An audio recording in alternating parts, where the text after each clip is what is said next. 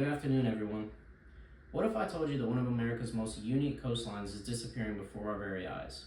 In fact, Louisiana has already lost thousands of square miles of land, and if current trends continue, many coastal communities across the Gulf Coast could face even greater flooding, stronger storm damage, and the loss of valuable wildlife habitat. This isn't something that might happen 100 years from now. It's happening today. My name is Eric Baker, and today I want to inform you about the dangers threatening the Gulf Coast. Even if you've never visited Louisiana or any of the Gulf states, this issue affects all of us. The Gulf Coast supports our economy, provides seafood to millions, protects cities from hurricanes, and is now home to one of the most diverse ecosystems in North America. I'll start with the scope of the problem.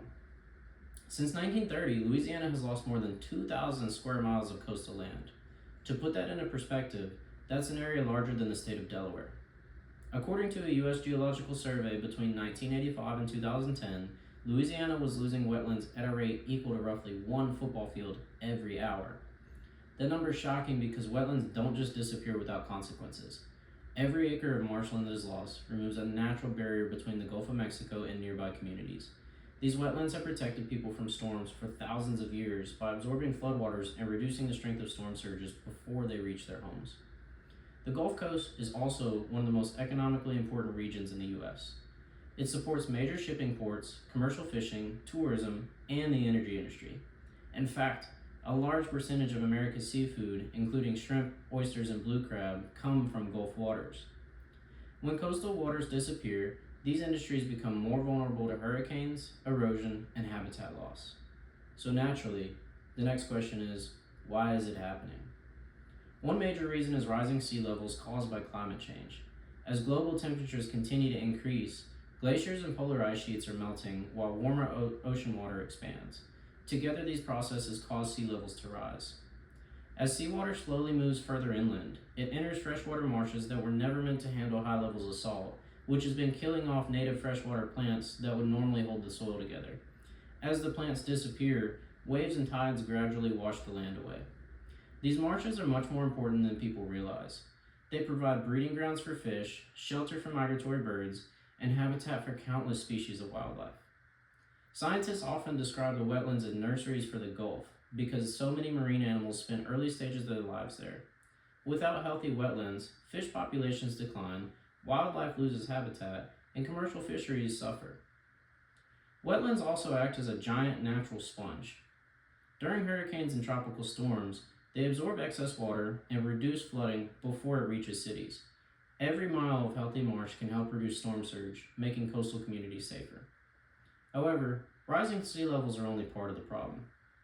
Human activity has also played a major role in coastal land loss.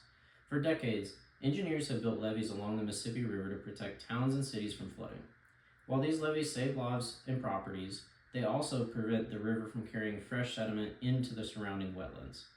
For thousands of years, Mississippi has flooded the deposited layers of mud and sand that rebuilt the coastline. Today, much of that sediment is carried straight into the Gulf instead of replenishing these marshes. Without new sediment, the land slowly sinks and erodes. Another major factor is canal dredging by the oil and gas industry. Thousands of miles of canals have been cut through Louisiana's wetlands to access drilling sites and pipelines.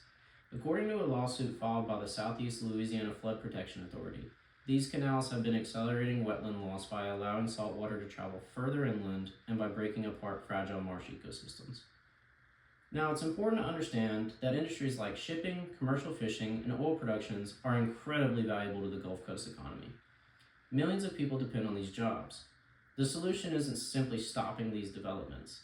Instead, scientists, engineers, and government agencies are working together to restore wetlands, rebuild barrier islands, improve water management, and find ways to balance economic growth with environmental conservation. In review, I'd like you to remember that coastal land loss isn't just Louisiana's problem. It affects wildlife, local communities, and local economies, and even the strength of hurricanes that reach inland states. The good news is, restoration projects are already helping slow the rate of land loss. Continued research, smarter engineering, and greater public awareness can all make a difference. The first step is simply understanding why these ecosystems matter. The Gulf Coast is one of America's greatest natural resources. By educating ourselves and supporting conservation efforts, we can help ensure that future generations will enjoy its wildlife, fisheries, beautiful coastlines, and the protection of these wetlands provide. Thank you.